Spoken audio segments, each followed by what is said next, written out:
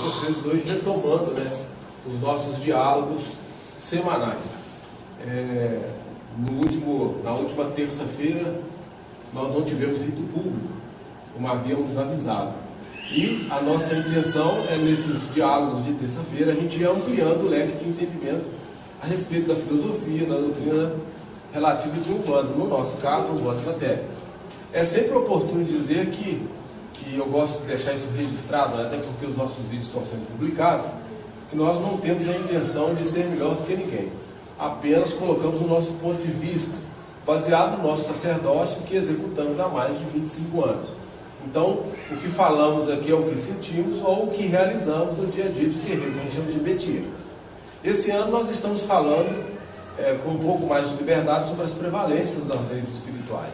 Já abordamos aqui vários pontos, né, de entendimento, mas acima de tudo ressaltando sempre a caridade do ponto de vista doutrinário preconizado pelo mentor que dirige a todos nós, que é o caboclo da coma coral. E aí, nessa figura de retórica, né, que é a repetição, a gente já explicou que, segundo o caboclo da coma coral, caridade para nós é o esclarecimento espiritual. Ele entende que quanto mais esclarecidos espiritualmente nós estivermos, melhor acesso teremos, né, às conquistas do dia a dia, inclusive aquelas mais imediatas que nós chamamos de humanas. Então, todas as nossas realizações humanas são consequências da nossa identidade espiritual. Então, vibramos em sintonia com aquilo que carregamos espiritualmente. E aquilo que nós manifestamos aqui objetivamente no campo da matéria, ou pela expressão humana, é o resultado, a amálgama, a síntese daquilo que de fato nós carregamos como espírito. Dentro dessa pragmática, a gente já lançou aqui várias proposições, né, para que servisse para todos nós de objeto de reflexão. Lógico que quando nós falamos de proposição reflexiva, ou para que nos incentive a reflexão, no fundo nós estamos buscando interagirmos, né, com vocês dentro daquele processo de convergência que a gente já também vem defendendo, baseado na doutrina de síntese, né, da própria Umbanda. E dentro dessa perspectiva, hoje eu queria dialogar com vocês algo que eu fui abordado, né, alguém que estão sempre nos passando e-mail, me passava um e-mail essa semana, mais especificamente ontem, e perguntava como nós, umbandistas esotéricos, entendemos a solidariedade. Eu, particularmente, achei uma pergunta assim, bem ampla, né? A solidariedade, do ponto de vista espiritual, é muito ampla. Mas nós podemos iniciar, né, o diálogo quando falamos de solidariedade, que é uma palavra talvez muito conhecida e pouco exercitada. Então, para nós, solidariedade é acompanhar o outro naquelas dificuldades mais imediatas. Dentro desse aspecto, lógico que a gente não pode perder o sentido etimológico da palavra, né? Até porque essa palavra, salvo engano, tem, né, um fundo de raiz francesa. E óbvio que foi aí divulgada pelas academias humanas, baseado em alguns sociólogos conhecidos, exemplo de Weber, de Emile Durkheim, né? Seria essa talvez o nome correto dele. E ele, como outros socialistas, defendem essa solidariedade como um ato de compaixão com o irmão num processo social. E aí dentro, feitas essas primeiras abordagens, o que é interessante para a gente trazer isso para o contexto religioso? Primeiro, nós precisamos entender que quando falamos de caridade como esclarecimento espiritual, então, quando nós nos compactuamos com o outro de forma a incentivá-lo a buscar a sabedoria, isso é uma forma de solidariedade no contexto religioso. Como nós pregamos aqui no templo, ignorância, ódio e apego são venenos da sociedade, são males da sociedade. E a espiritualidade nos ensina que para combater estes males nós precisamos usar a sabedoria, o amor, a ação efetiva. A ação efetiva nos remete a essa formalidade da solidariedade. Quando a gente fala de sociólogos, lógico que existem discussões acadêmicas que eu não vou entrar na questão, eu não vou entrar no mérito especificamente como são discutidos nas academias. Mas eu citei aqui Emile Durkheim, né? Emile Durkheim, por exemplo, ele fala na solidariedade mecânica, e aí ele usa um exemplo até muito bacana nos livros, né? Que ele fala que é aquela que imita o relógio. O relógio, para funcionar, são várias rodelas, né, várias engrenagens, uma precisa se encostar na outra para que ela dê o resultado final, que são as horas. Essa é a mecânica. E existe uma outra que é orgânica. Ele explica que a solidariedade orgânica é aquela que nos permite entender como um organismo deve funcionar. Então, ele usa o exemplo humano. O coração precisa do pulmão, o pulmão é que distribui o fluxo sanguíneo para todo o organismo, e assim por diante. Então, como organismo. Lógico que quando ele faz esses apontamentos, e a gente traz esses fundamentos para um contexto religioso, de que forma nós podemos então aproveitar esse embasamento, esse conceito de solidariedade visto, né, pelos sociólogos? Primeira coisa, não é difícil imaginar, né, que a solidariedade, quando se fala que ela é do ponto de vista do contexto social, que é nós ajudarmos os outros. Isso é muito simples, né? Quando eu falo assim, solidariedade é ajudar o outro. E aí, para nós, dentro desse ponto de vista essencial, espiritual, que a gente está defendendo, que é o esclarecimento espiritual, ele pode acontecer de inúmeras formas. Tanto é que nós falamos aqui, vocês já devem se lembrar, que nós, em especial aqui de nossa casa, nós não preocupamos, por exemplo, com aquela solidariedade de distribuir cesta básica. Porque temos outras pessoas dentro desse tecido social que fazem isso, inclusive ligados aos aspectos religiosos. Tem pessoas que fazem campanha do quilo, distribuem alimentos para os mais necessitados, escolhem roupas, não é assim? Nós aqui de nossa casa, nós dentro dessa triunidade, que é sabedoria, amor e ação, a gente entende que essa solidariedade, ela pode sim ter esse contexto tanto mecânico como orgânico. Mecânico por quê? Porque nos remete a ideia de sociedade antiga.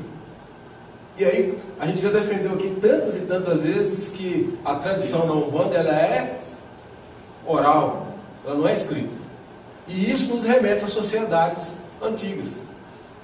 E dentro de um ponto de vista contemporâneo, principalmente nessa, que eu também já defendi aqui várias vezes, né, que é o nosso contexto social urbano, nós somos umbandistas urbanos. E às vezes, para nos relacionar com o sagrado, a gente precisa procurar o sítio vibratório. E esse sítio vibratório nem sempre está presente aqui para nós, nós precisamos nos deslocar. E lógico que quase sempre nós que vivemos no meio urbano, quando fazemos esse ato de nos deslocar e de ir buscar o contato com a natureza, com os sítios vibratórios, nós necessitamos de alguém que tenha o sítio vibratório. Existe uma interdependência. Por mais ecológico como umbandista a gente seja, por mais que a gente queira ser solidário com vocês que integram a comunidade, que buscam a nossa casa para ajudá-los, nós precisamos estar com a nossa energia boa. Para estarmos com a nossa energia boa, nós precisamos estar com esse contato contínuo, né, com a natureza, com o sagrado. E isso a gente sempre depende de um ambiente que esteja puro, que esteja protegido.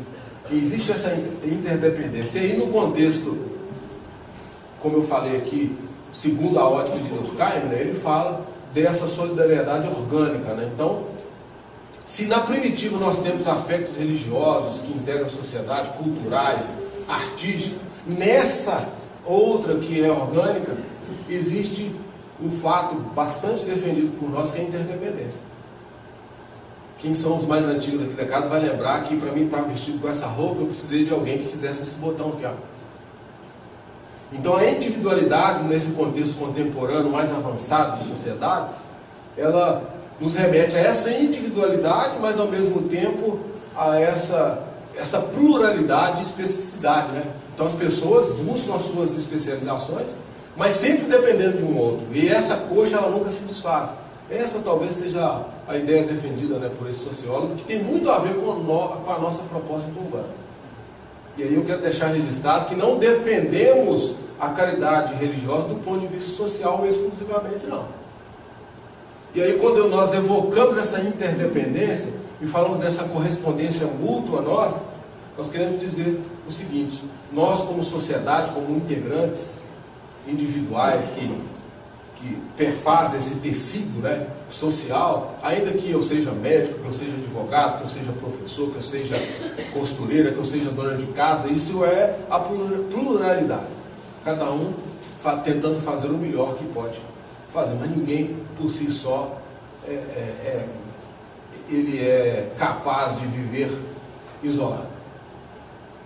E é essa solidariedade orgânica que nos chama, esse organismo que a gente chama de unidade no sagrado. Lembram que eu falei que existe uma dicotomia que precisa ser hoje analisada por todos nós somos espírito na matéria. Não é porque nós viemos de um plano espiritual e habitamos hoje um plano denso, material, que nós deixamos de ser espírito. Nós estamos passando por uma experiência humana, ou repetindo essa vivência humana, mas não perdemos a nossa identidade espiritual. E quando nós falamos de identidade espiritual, aí tem um ponto que nos converge a todos, que é essa sociedade mais ampla do mundo espiritual. É essa que é a verdadeira sociedade plural, mas que de uma forma una se integra perante o sagrado.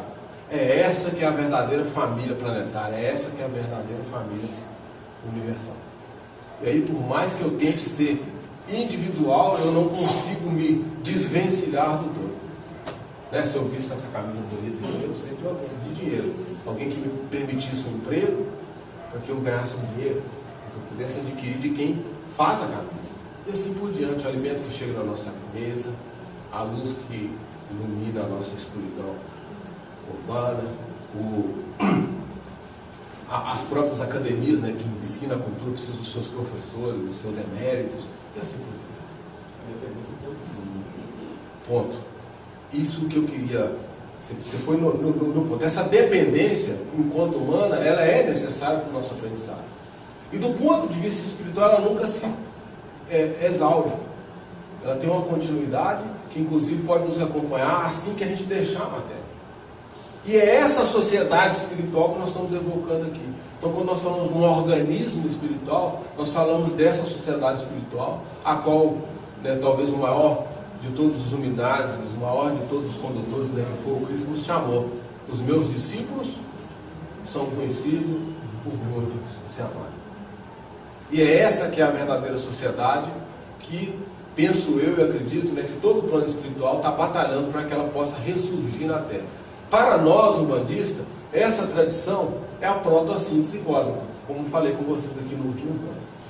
E protossíntese cósmica para nós é a verdadeira sincronia da sabedoria e do amor, mas que nos remete aos aspectos, né, da gnose, do conhecimento humano, que é a ciência, a filosofia, a arte, a religião. Olha aí, protossíntese religiosa científica nos remete à protossíntese cósmica.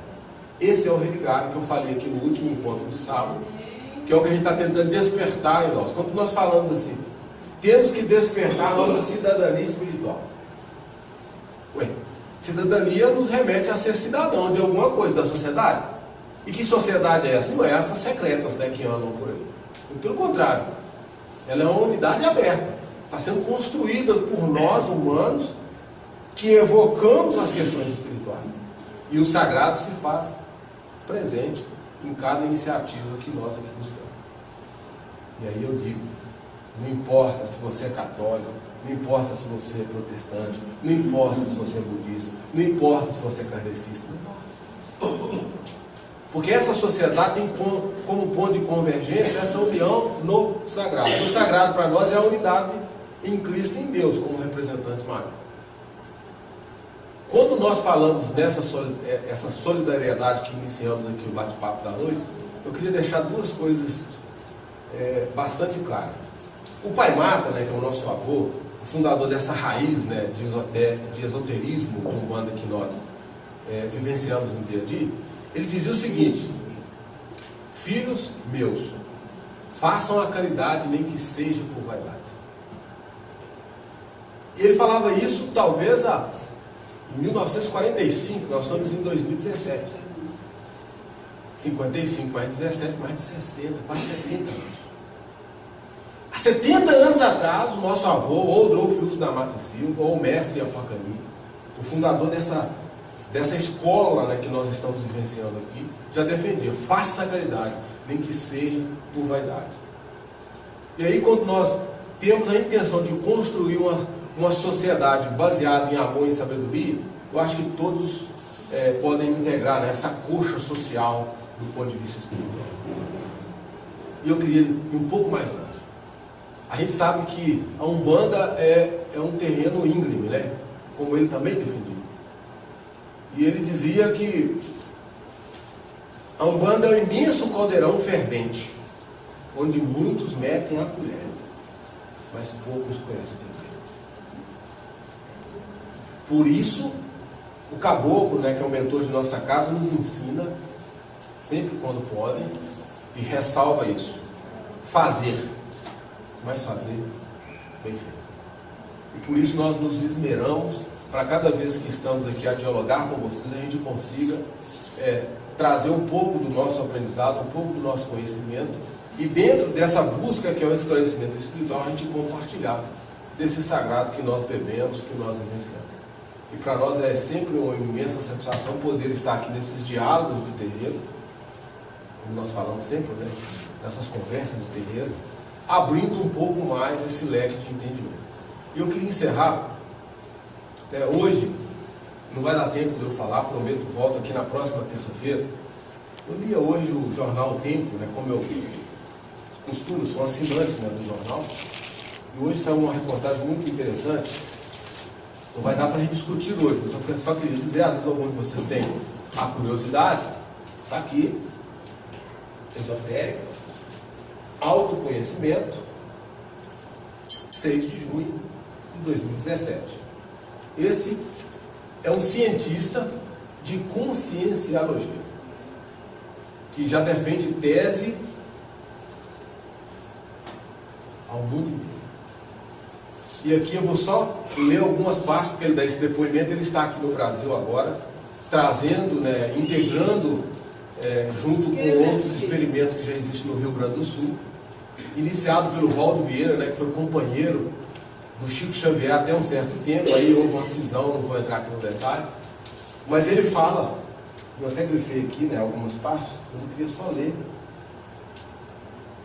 um trechinho bem pequeno, e volto na terça-feira, a gente discutindo sobre esse assunto. Ele diz, segundo ele, o cientista, tá? O nome dele é Maximiliano Haimann. Aí ele diz, segundo ele, esse tipo de pessoa, ele está falando das pessoas que carregam energias que acabam se auto-obsediando. Aí ele fala que existe um campo de energia, só para resumir, para vocês não ficarem perdidos no contexto. Ele fala que existe um campo de energia produzido pela nossa consciência, que pode ser mais ampla ou menos ampla. E aí ele faz alguns apontamentos, e um desses é esse. Segundo ele, esse tipo de pessoa deve atuar em duas frentes para deixar de ser assediadora de si mesma.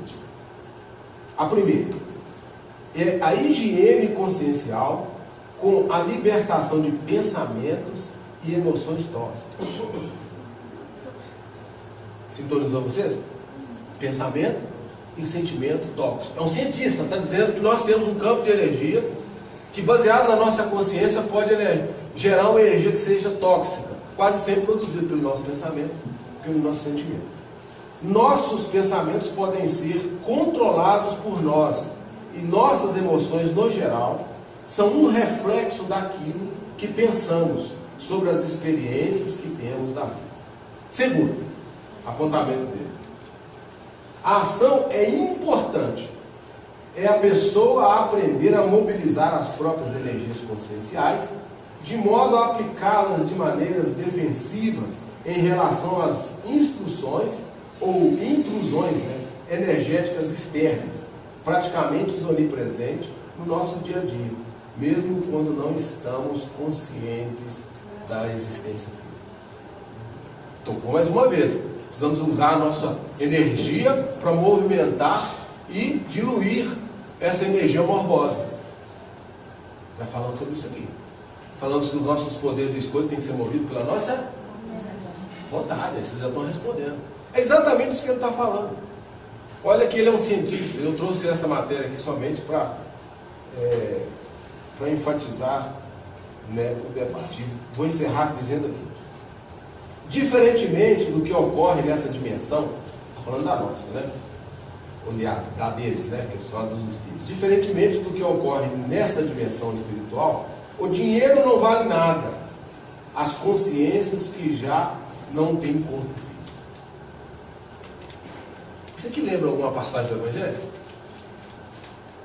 Quem gosta do Evangelho? Lembra? Não acumuleis tesouros na terra, mas acumuleis tesouros no céu, onde nem a traça e o ferrugem o acorrói. O que nós ensinamos e estamos dialogando aqui com vocês constantemente? Que o verdadeiro poder é adquirido por nós quando nós damos prevalência a quê? As energias espirituais, a nossa capacidade essencial, a nossa cidadania espiritual. Por isso existe uma prevalência das leis de lá que dirigem as leis de cá. Na próxima terça-feira eu volto discutindo mais sobre esse apontamento desse cientista, mas o meu tempo já se exauriu. Espero, que essa proposição, seja mais um objeto de reflexão para todos vocês, e isso nós ficamos muito felizes por estarmos em perfeita consonância até mesmo com a ciência, ainda falando de espiritualidade dentro do terreno. Vamos encher essa vara nossa.